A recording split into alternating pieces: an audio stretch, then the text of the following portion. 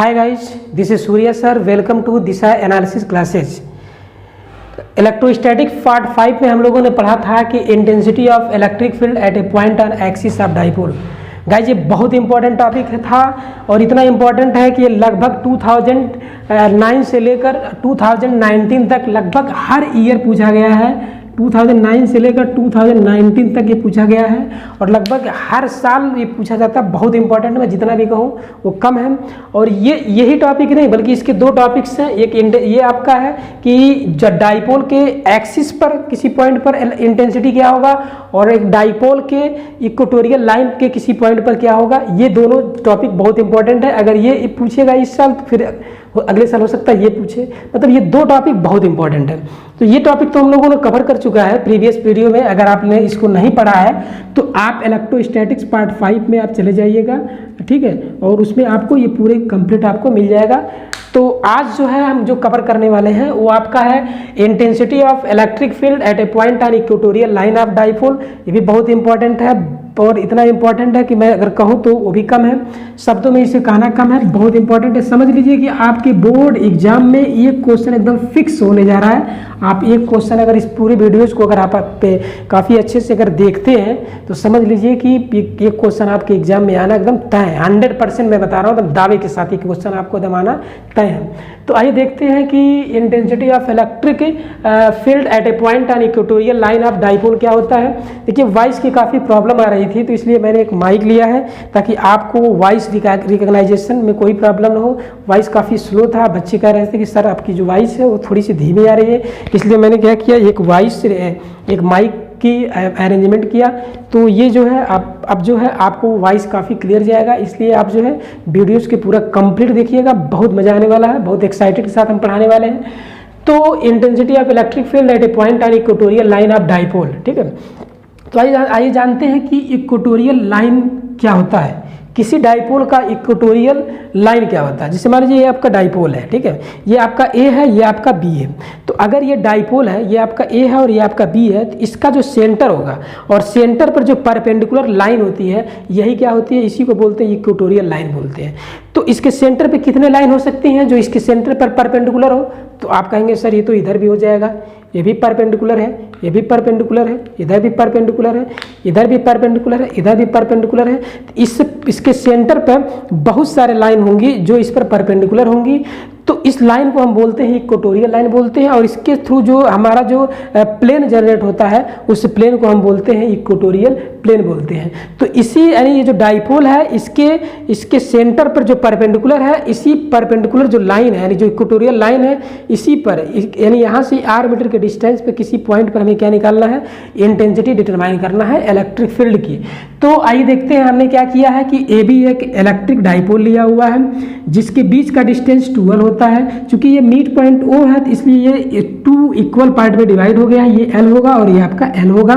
और इसके जो इक्वेटोरियल लाइन है यह भी कह सकते हैं कि जो राइट बाइसेक्टर है इसके राइट बाइसेक्टर पर यानी एक जो लाइन है इस पर r मीटर के डिस्टेंस पर एक पॉइंट P है जिस पर मुझे क्या निकालना है, इलेक्ट्रिक फील्ड इंटेंसिटी मुझे निकालनी है, डिटरमाइन करनी है।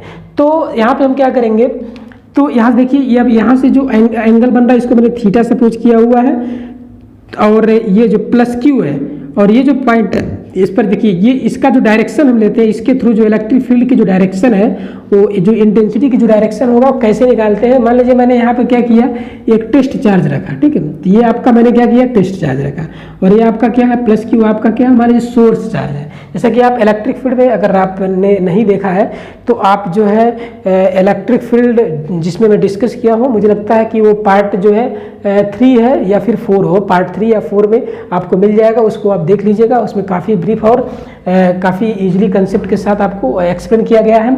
तो ये अगर ये आपका सोर्स चार्ज है और ये आपका टेस्ट चार्ज है तो ये जो सोर्स चार्ज है इस पर एक फोर्स एग्जर्ट करता है, ये जो होता है ये एक फोर्स एक्सपीरियंस करता है। तो अगर ये पॉजिटिव है और ये भी अगर पॉजिटिव है तो यहाँ पर जो फोर्स होगा वो आपका क्या होगा, रिपल्सन होगा, यानी ये रिपल करेगा। इसका मतलब इसकी जो इंटेंसिटी की जो डायरेक्शन होगी इससे अवे होगी।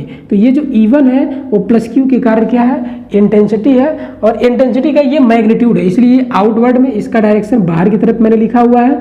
और ये जो माइनस Q है और ये आपका ये सोर्स अगर माइनस Q लेते हैं तो ये आपका क्या है, प्लस क्यू ये टेस्ट चार्ज है।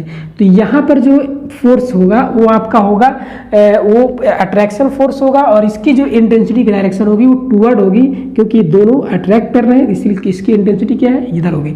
तो सबसे पहले थोड़ा सा हम लिख लेते हैं, अभी जो है इसको और समझा जाएगा। तो सबसे पहले हम लिखेंगे कि एक पॉइंट हमने कंसिडर किया हुआ है जो डाइपोल के राइट बाइसेक्टर पर r मीटर के डिस्टेंस पर है इसके मिड पॉइंट से। तो आइए लिखते हैं। सबसे पहले यहाँ पर हम लिखेंगे कि latus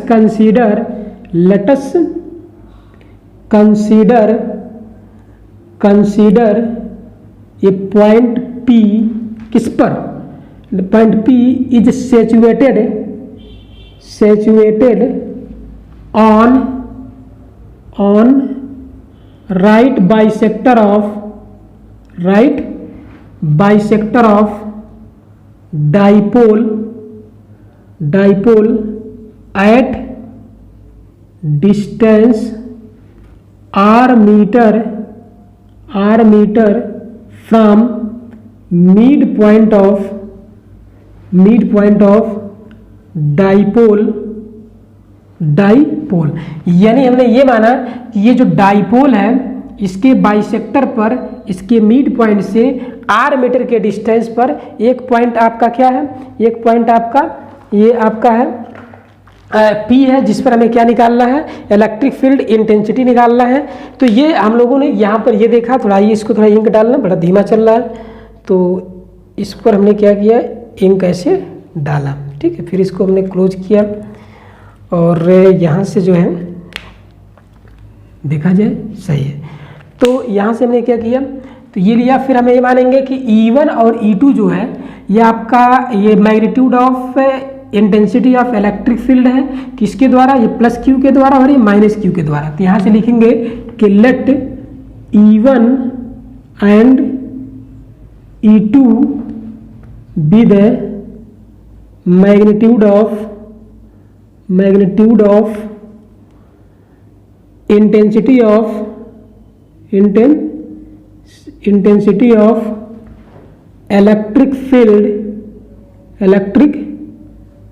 electric field due to plus Q and minus Q of dipole. हमने क्या माना कि E1 और E2 क्या है, ये आपके इस पॉइंट P पर क्या है, E1 magnitude intensity of electric field at point P, यहाँ लिखना पड़ेगा at point P due to plus Q and minus Q of dipole, यानी डाइपोल के प्लस क्यू और माइनस क्यू के कारण ये इंटेंसिटी का क्या है, ये मैग्नीट्यूड है। इसके बाद हम निकालने जा रहे हैं कि प्लस क्यू के कारण इस पॉइंट P पर जो इलेक्ट्रिक फील्ड इंटेंसिटी होगा वो क्या होगा। तो यहाँ पर लिखेंगे कि the electric field intensity of electric field, यहाँ लिखेंगे। अच्छा, एक और चीज़ मैं बता देता हूँ कि ये जो यहाँ पर देखिए कि अगर ये L है और ये R है, तो अगर आप ध्यान से देखेंगे AOP में, तो ये एक राइट ट्रायंगल है और ये आपका बेस L है और आपका परपेंडिकुलर क्या है, R है। तो ये जो हाइपोटेनस हो जाएगा ये परपेंडिकुलर का स्क्वायर और बेस के स्क्वायर के सम के इक्वल हो जाएगा। ये आप जानते हैं कि जो हाइपोटेनस का स्क्वायर होता है, ये हाइपोटेनस जो होता है वो रूट में क्या होता है, परपेंडिकुलर के स्क्वायर प्लस क्या होता है, बेस के स्क्वायर। तो अगर ये अंडर रूट में R square plus L square है, तो ये भी आपका क्या होगा, अंडर रूट में R square plus L square होगा। तो यहाँ से आप ये भी लिख सकते हैं कि सिंस जो है ये जो AP है वो असल में क्या है, वो BP के इक्वल है, और ये इक्वल टू आपका क्या है, ये आपका है अंडर रूट में R square plus L square है। ठीक है, आई होप आप यहाँ तक समझ गए होंगे, यहाँ तक कोई दिक्कत। आगे भी देखिए, पूरा कंप्लीट देखिएगा आप वीडियोस को, आप स्किप बिल्कुल मत करिएगा, अभी आगे बहुत मजा आने वाला है। तो इसके बाद आप क्या निकालेंगे कि इंटेंसिटी ऑफ, यहाँ पे लिखेंगे कि the intensity of electric field किसके द्वारा, एट पॉइंट किस पर, एट पॉइंट P किसके द्वारा, due to plus Q is.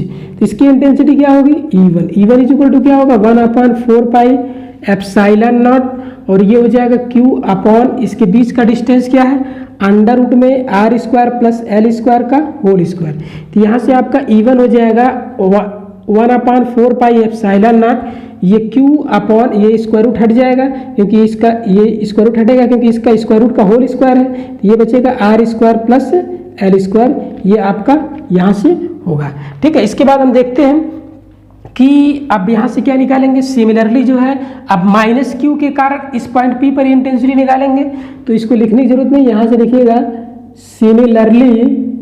Similarly जो E2 होगा वो भी होगा 1/4 pi epsilon nought Q upon, इसका भी डिस्टेंस क्या दिया हुआ है, यही दिया हुआ है, तो ये हो जाएगा R square plus L square का होल स्क्वायर। तो यहाँ से E2 इक्वल टू हो जाएगा 1/4 pi epsilon nought Q upon क्या हो जाएगा R square plus L square, ये आपका हो जाएगा इस यानी माइनस Q के द्वारा इस पॉइंट पर इंटेंसिटी हो जाएगा। तो आइए थोड़ा सा यहाँ पर देखा जाए कि इसका जो तो अलग इसके द्वारा इंटेंसिटी E1 है और इसके द्वारा इंटेंसिटी E2 है, तो हम लोग निकाल लिए। इसका इस पॉइंट P पर जो रिजल्टेंट इंटेंसिटी क्या होगा उसको मैंने E माना हुआ है, तो ये जो रिजल्टेंट इंटेंसिटी है ये कंपोनेंट में जो है ये रिजल्टेंट इंटेंसिटी E होगा। तो अगर ये एंगल थीटा तो ये भी थीटा होगा, तो इसको थोड़ा सा हम यहाँ पर लिखते हैं, तो ये आपका E1 है और ये आपका E2 है और ये आपका रिजल्टेंट इंटेंसिटी E है। तो E1 कंपोनेंट में डिवाइड होगा, तो अगर ये थीटा है तो ये आपका E1 कॉस थीटा होगा और ये आपका E1 साइन थीटा होगा। E2 दो कंपोनेंट में डिवाइड होगा, ये आपका E2 साइन थीटा होगा और ये आपका E2 कॉस थीटा होगा, क्योंकि अगर ये थीटा है तो ये भी थीटा है, तो थीटा के साथ वाला हमेशा कॉस में होता है। तो अगर आप देखेंगे कि यहाँ पर क्या है कि ये दोनों क्या है, इक्वल है, to equal and opposite force क्या हो रहा है, एक्ट हो रहे हैं, तो इक्वल है लेकिन अपोजिट दोनों है, क्योंकि ये जो इंटेंसिटी होता है, इंटेंसिटी का जो मैग्नीट्यूड होता है वो इक्वल होता है, क्योंकि यहाँ पर जो मैग्नीट्यूड होगा इसके द्वारा जो इंटेंसिटी का मैग्नीट्यूड होगा और इसके द्वारा जो इंटेंसिटी का मैग्नीट्यूड इक्वल होगा, तो ये जो होंगे E1 cos E1 sine theta और E2 साइन थीटा, ये दोनों आपस में क्या कर जाएंगे, कैंसिल आउट कर जाएंगे, क्योंकि दोनों क्या है, अपोजिट डायरेक्शन में है। और यहाँ पर E1 कॉस थीटा और E2 कॉस थीटा जो है ये दोनों एक ही डायरेक्शन में है, इसलिए दोनों क्या हो जाएंगे, एडअप हो जाएंगे। तो यहाँ से लिखेंगे आप रिजल्टेंट इंटेंसिटी जो E हो जाएगा ये आपका हो जाएगा E1 क्या हो जाएगा, E1 प्लस क्या हो जाएगा, E2 हो जाएगा, और यहाँ से आपका हो जाएगा, यहाँ से E1 कॉस थीटा प्लस क्या हो जाएगा, E2 कॉस थीटा हो जाएगा। तो यहाँ से आप क्या करेंगे, जो E हो जाएगा E1 और कॉस थीटा की वैल्यू आप क्या लिखेंगे, यहाँ से E1 की वैल्यू आप क्या लिखेंगे, E1 की वैल्यू आपका यहाँ दिया हुआ है 1/4 pi epsilon nought Q upon R square plus L square, और ये कॉस थीटा होगा। उसी तरह E2 की वैल्यू आपका यहाँ लिखा हुआ है 1/4 पाई एप्सिलॉन नॉट क्या हो जाएगा, Q upon R square plus L square, और यहाँ भी क्या होगा, कॉस थीटा होगा। इसको थोड़ा और आप देखेंगे दोनों सेम टर्म है, तो यहाँ से आपका हो जाएगा कि E equal to 1/4 pi epsilon nought, और ये हो जाएगा Q upon R square plus L square, cos theta और कॉस थीटा ऐड होकर क्या हो जाएगा, 2 कॉस थीटा हो जाएगा। क्योंकि ये दोनों सेम टर्म है तो 2 से मल्टीप्लाई होगा ही, तो ये जो 2 हमने यहाँ नहीं बल्कि यहाँ पर लिखा हुआ है। ठीक है, अब थोड़ा सा इसको ध्यान देंगे, तो यहाँ पर अगर ध्यान से देखेंगे तो ये जो ट्रायंगल हमने लिखा हुआ है, तो अगर यहाँ पे कट करते हैं, ये आपका P है और ये आपका O है और ये आपका A है, तो अगर ये आपका R है और ये L है, तो कॉस थीटा अगर हम निकालते हैं तो कॉस थीटा होता है बेस अपॉन हाइपोटेनस। तो बेस क्या दिया हुआ है, ये बेस आपका दिया हुआ OA और बेस अपॉन क्या होता है, बेस अपॉन हाइपोटेनस होता है। तो बेस क्या दिया हुआ है OA और हाइपोटेनस क्या होगा AP। तो यहाँ से आप लिखेंगे सिंस ट्रायंगल AOP और cos थीटा आप जब निकालेंगे तो cos थीटा होगा बेस क्या होगा AO अपॉन हाइपोटेनस क्या होगा आपका AP हो जाएगा। ठीक है, यहाँ तक आप समझे, यहाँ तक आप समझ गए। आप एक बार फिर से बताते हैं कि हमने क्या किया है कि हमने पॉइंट P कंसिडर किया हुआ है, और ये क्या है, कहाँ पर है, राइट बाइसेक्टर ऑफ डाइपोल, यानी डाइपोल के राइट बाइसेक्टर पर, यानी जो बाइसेक्टर है उसका राइट यानी परपेंडिकुलर पर है, और कितने पर है, at a distance r metre, कहाँ से, from mid point of dipole, dipole के मिड पॉइंट से r मीटर पर है। फिर हमने क्या माना है कि E1 और E2 जो है वो आपका इंटेंसिटी ऑफ इलेक्ट्रिक फील्ड का मैग्नीट्यूड है, और किस पर है, एट पॉइंट P पर है। किसके द्वारा है, प्लस Q के द्वारा है और माइनस Q के द्वारा, यानी प्लस Q के द्वारा जो इंटेंसिटी है वो E1 है, और जो माइनस Q के द्वारा इंटेंसिटी है वो आपका E2 है। अच्छा देखिए, यहाँ पर चूंकि ये इक्वल डिस्टेंस पे है दोनों चार्जेस से, तो ये जो आपका डिस्टेंस होगा रूट में R square plus L square होगा, तो ये भी R square plus L square होगा रूट में। तो ये मैंने लिखा सिंस ए बी बराबर बी पी, और यहाँ से मैंने लिखा कि अंडर रूट में R square plus L square. फिर मैंने प्लस क्यू के द्वारा इस पॉइंट पर इंटेंसिटी निकाला है, और फिर माइनस क्यू के द्वारा निकाला है, और ये दोनों हमने क्या किया है, अब ये तो आप समझ ही गए होंगे ये पूरा ज्योमेट्री ये कैसे क्या हुआ है। फिर इसको मैंने सिंप्लीफाई किया, और यहाँ से थोड़ा सा इसको हम इरेज करते हैं, और फिर यहाँ से इसको ये इरेज कर देते हैं। ठीक है, यहाँ से इरेज कर देते हैं, तो देखिए क्या होगा। तो ये आपका इसका कोई मतलब है नहीं। देखिए यहाँ से हम क्या करेंगे, तो कॉस थीटा क्या हो जाएगा, तो cos theta is equal to A P क्या दिया हुआ एल, नहीं ओ ए क्या दिया एल, अपॉन क्या हो जाएगा ए पी क्या दिया हुआ है अंडर रूट में R square plus L square.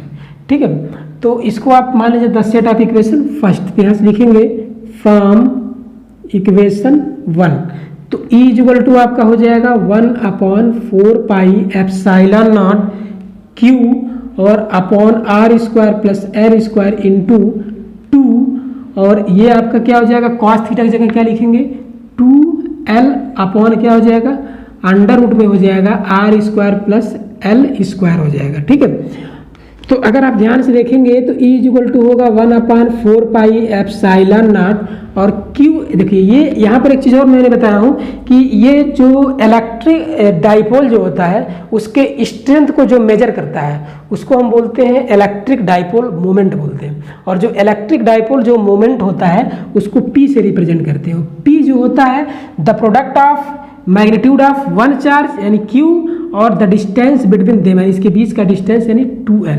तो ये जो P की जो डायरेक्शन होगा, ये P की जो डायरेक्शन होगा, ये वेक्टर P किधर होगा नेगेटिव से पॉजिटिव की तरफ होता है, और ये P जो कि हम यहाँ वेक्टर बनाई लिखे हैं स्केलर में लिखे हैं, तो P इक्वल टू होगा Q इंटू क्या होगा 2L होगा।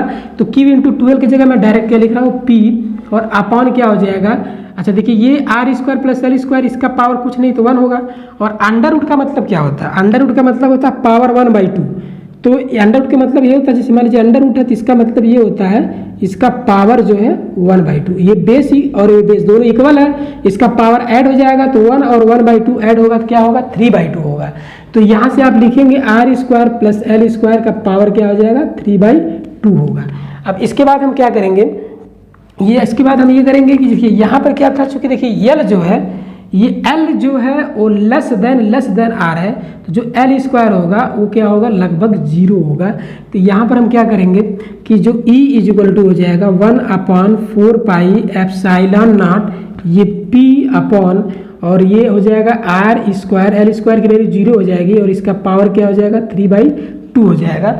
और यहाँ पर थोड़ा सा इसको हम इरेज करते हैं, और इरेज करने के बाद देखिए यहाँ पे क्या होगा कि ये आपका तो E इक्वल टू क्या हो जाएगा 1/4 पाई एप्सिलॉन नॉट P, और अपॉन क्या हो जाएगा, और ये स्क्वायर से स्क्वायर कट गया, ये आपका क्या हो जाएगा R³ हो जाएगा, और ये न्यूटन पर कूलाम हो जाएगा।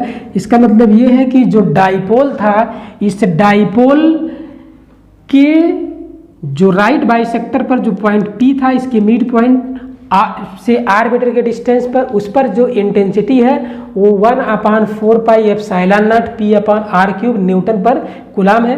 ये बहुत इंपॉर्टेंट टॉपिक है, इंपॉर्टेंट टॉपिक था, आपको बोर्ड एग्जाम में 100% आएगा। आई होप आपने पूरी कंप्लीट समझा है। ठीक है, इसके बाद हम चलते हैं इलेक्ट्रिक फ्लक्स क्या होता है, आइए उसको हम देखते हैं। इलेक्ट्रिक फ्लक्स, तो इलेक्ट्रिक फ्लक्स क्या है, देखिए जैसे मान लीजिए कि कोई भी अगर इलेक्ट्रिक फील्ड है, ठीक है, तो अगर इलेक्ट्रिक फील्ड में अगर कोई एरिया अगर हम ड्रा करते हैं तो एरिया से जितने नंबर ऑफ लाइन पास करेंगे वो क्या कहलाएगा, वही क्या कहलाता है, उस एरिया का इलेक्ट्रिक फ्लक्स कहलाता है। तो आइए देखते हैं कि the total number of electric field lines, the total number of electric field lines passing normally through an area is called electric flux. यानी passing normally through an area, यानी उस एरिया से अगर नॉर्मली पास करता है, जैसे मान लीजिए कि ये जो है ये आपका क्या है एक इलेक्ट्रिक फील्ड है, ये सब इलेक्ट्रिक फील्ड है, और इसमें मैंने क्या किया एक एरिया लिया हुआ है, जैसे मान लीजिए एक आपका एरिया है, ठीक है, तो इस एरिया ये लिया हुआ है, तो इसमें अगर जितने भी इलेक्ट्रिक फील्ड लाइन पास करेंगी वही इस एरिया की क्या कहलाएंगे, इलेक्ट्रिक फ्लक्स कहलाएंगे। तो जो इलेक्ट्रिक फ्लक्स होती हैं वो कई फैक्टर पर डिपेंड करता है। तो जो सबसे पहला फैक्टर है कि जो इलेक्ट्रिक फ्लक्स है वो इलेक्ट्रिक फील्ड पर डिपेंड करता है। यानी अगर इलेक्ट्रिक फील्ड क्या होगा, मैक्सिमम होगा, यानी इलेक्ट्रिक फील्ड का अगर मैग्नीट्यूड ज़्यादा होगा, मैक्सिमम होगा, तो वहाँ इलेक्ट्रिक फ्लक्स मैक्सिमम होगा। क्योंकि जब इलेक्ट्रिक फील्ड मैक्सिमम होगा तो उसमें जो उसके इलेक्ट्रिक फील्ड का मैग्नीट्यूड अगर मैक्सिमम होगा तो उसमें इलेक्ट्रिक फील्ड लाइन मैक्सिमम होंगे, और जब इलेक्ट्रिक फील्ड लाइन मैक्सिमम होंगे तो इसका मतलब ये है कि उसका इलेक्ट्रिक फ्लक्स क्या होगा, मैक्सिमम होगा। तो ये पहला है कि जो फाई है वो डायरेक्टली प्रोपोर्शनल क्या है, इलेक्ट्रिक फील्ड, यानी इलेक्ट्रिक फील्ड मैक्सिमम तो इलेक्ट्रिक फ्लक्स भी क्या होगा, मैक्सिमम होगा। तो और जो नेक्स्ट हमारा है किस फैक्टर पर डिपेंड करता है, जैसे मान लीजिए मैंने क्या लिया है कि एक इलेक्ट्रिक फील्ड लिया हुआ है और इस इलेक्ट्रिक फील्ड का डायरेक्शन मैंने क्या लिया हुआ है, ये वेक्टर ई है, इधर डायरेक्शन हुआ है। इसमें दो एरिया कंसीडर किया हुआ है, एक एरिया यहाँ पर दिया हुआ है, इसको मैंने A1 माना है, और इस एरिया को मैंने इसको A2 माना है और इसको A1 माना है। आप देख रहे होंगे कि ये जो एरिया है ये एरिया इस एरिया से बड़ा है, ठीक है। तो आप इसमें और चीज़ और ध्यान से देखेंगे तो आप कहेंगे सर इसमें जो नंबर आप लाइंस पास कर रहे हैं 1 2 3 4 यानी 4 नंबर आप लाइन पास कर रहे हैं, और इसमें केवल 2 नंबर आप लाइन पास कर रहे हैं। तो जिसमें ज़्यादा नंबर आप लाइन पास करेंगे उसका इलेक्ट्रिक फ्लक्स ज़्यादा होगा, और जिसमें कम नंबर आप लाइन पास करेंगे उसका इलेक्ट्रिक फ्लक्स कम होगा। इसका मतलब ये है कि इसका जो इलेक्ट्रिक फ्लक्स होगा इसका ज़्यादा होगा, इसका कम होगा। इसका मतलब ये हुआ कि अगर एरिया को इंक्रीज करते हैं तो इलेक्ट्रिक फ्लक्स भी इंक्रीज करता है, अगर एरिया डिक्रीज करेंगे तो इलेक्ट्रिक फ्लक्स भी डिक्रीज करता है। तो जो इलेक्ट्रिक फ्लक्स होता है वो डिपेंड आता है ऑन द एरिया, यानी जो एरिया हम कंसीडर करते हैं। तो ये आपका दूसरा फैक्टर रहा है। उसके बाद जो तीसरा फैक्टर है phi depend on the angle, वो एंगल पर डिपेंड करता है। जैसे मान लीजिए कि ये आपका क्या है, जैसे मान लीजिए ये इलेक्ट्रिक फील्ड लाइन है, ये इलेक्ट्रिक फील्ड लाइन की डायरेक्शन है, इलेक्ट्रिक फील्ड लाइन की डायरेक्शन है, और यहाँ पर मैंने क्या किया है, एक मैंने क्या किया है, ये आपका क्या रख दिया है, एक इलेक्ट्रिक, ये मैंने क्या रख दिया, एक एरिया ले लिया हुआ, ठीक है। अच्छा, किसी एरिया का जो एरिया वेक्टर होता है वो एरिया वेक्टर होता है उस एरिया के परपेंडिकुलर नॉर्मल आउटवर्ड, ये इधर भी हो सकता है और ये इधर भी हो सकता है। तो ये एरिया मैंने लिया हुआ है, ये ऐसे रखा हुआ है, और यहाँ पर जो एरिया वेक्टर है उसका डायरेक्शन इधर होगा, और एरिया वेक्टर का डायरेक्शन भी इधर है, और इलेक्ट्रिक फील्ड की भी डायरेक्शन भी इधर है। तो एरिया वेक्टर और इलेक्ट्रिक फील्ड की जो डायरेक्शन है दोनों के बीच का जो एंगल थीटा है, तो अब यहाँ पर देख रहे होंगे कि यहाँ पर कि नंबर ऑफ लाइन ज़्यादा हो रहा है, इसलिए यहाँ पर जो इलेक्ट्रिक फ्लक्स होगा वो मैक्सिमम होगा। यानी अगर एरिया वेक्टर और इलेक्ट्रिक फील्ड के बीच का एंगल अगर 0 होगा तो इलेक्ट्रिक फ्लक्स क्या होगा, मैक्सिमम होगा।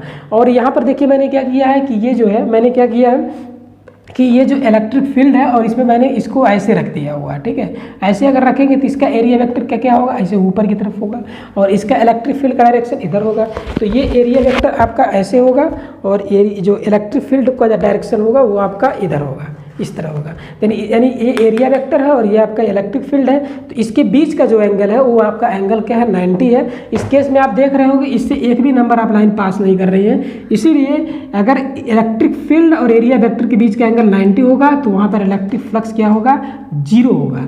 तो अगर आप तीनों इक्वेशन को अगर कंबाइन करते हैं, यानी यहाँ पर फाई जो है वो डायरेक्टली प्रोपोर्शनल ई है, और यही जो फाई है वो आपका जो है एरिया पर भी डिपेंड कर रहा है, डायरेक्टली प्रोपोर्शनल है, और एंगल पर भी डिपेंड कर रहा है। तो अगर हम देखेंगे कंबाइन इक्वेशन 1 और 2, तो यहाँ फाई होगा वो ई ए कॉस थीटा होगा।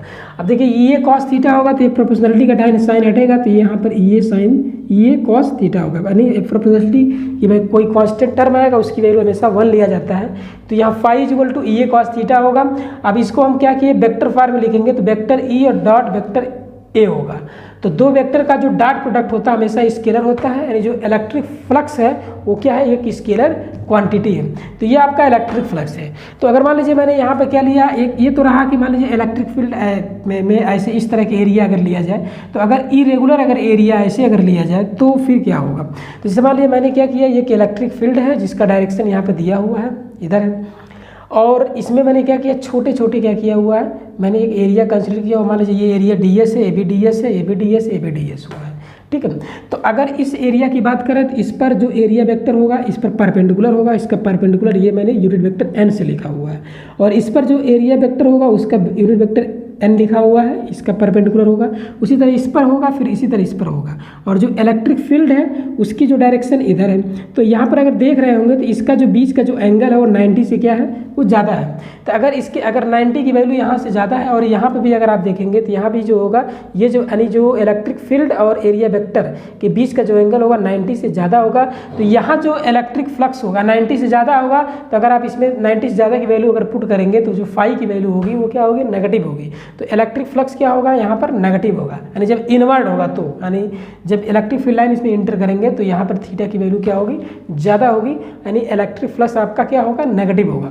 और यहाँ पर अगर आप देखेंगे तो ये इलेक्ट्रिक फील्ड की डायरेक्शन है और ये आपका ये क्या है, ये जो है एरिया वेक्टर है। तो एरिया वेक्टर और इलेक्ट्रिक फील्ड के बीच का जो एंगल है वो 90 से कम है और यहाँ भी कम है। इसका मतलब ये है कि अगर 90 से कम होगा तो उसकी वैल्यू क्या होगी, पॉजिटिव होगी। तो यहाँ पर जो होगा यानी आउटवर्ड जो इलेक्ट्रिक फ्लक्स होगा वो आपका क्या होगा, पॉजिटिव होगा। तो जो आउटवर्ड फ्लक्स होगा वो आपका क्या होगा, पॉजिटिव होगा। जो इनवर्ड फ्लक्स होगा वो आपका नेगेटिव होगा। आउटवर्ड फ्लक्स में पॉजिटिव इसलिए होगा क्योंकि आपका एंगल जो है 90 से कम है और यहाँ पर आपका फ्लक्स जो है नेगेटिव इसलिए होगा क्योंकि ये यहाँ पर जो एंगल है वो 90 से ज़्यादा है। तो ये जो इलेक्ट्रिक फ्लक्स होगा, मान लीजिए ये तो एक छोटा सा एलिमेंट्री एरिया के रिस्पेक्ट में निकाले हैं। तो ये जो होगा ये इंटीग्रल, ये क्लोज में लिया, यानी ये जो एरिया आपका क्या क्लोज्ड एरिया है। तो ये इंटीग्रल ओवर क्लोज्ड एरिया यानी ये पूरे एक छोटे से पार्ट का जो फ्लक्स कर हम निकाल लें और उसका यानी इसका वेक्टर ई है और इसका जो एरिया होगा वेक्टर ds होगा। इसका जो डॉट प्रोडक्ट होगा उसका इंटीग्रल करेंगे तो इस पूरे जो एरिया हमने एक लिया हुआ है इस एरिया का क्या हो जाएगा, इलेक्ट्रिक फ्लक्स हो जाएगा। तो ये जो फाई होगा ये आपका क्या होगा, closed interval vector E dot क्या होगा, वेक्टर ds होगा। ये आपका इलेक्ट्रिक फ्लक्स होगा। ठीक है, तो गाइस आपको अच्छा लगा होगा तो इसे आप शेयर कर दीजिएगा और इसे लाइक भी कर दीजिएगा, कमेंट आप जरूर करिएगा और सब्सक्राइब भी आप कर लीजिएगा। Thank you.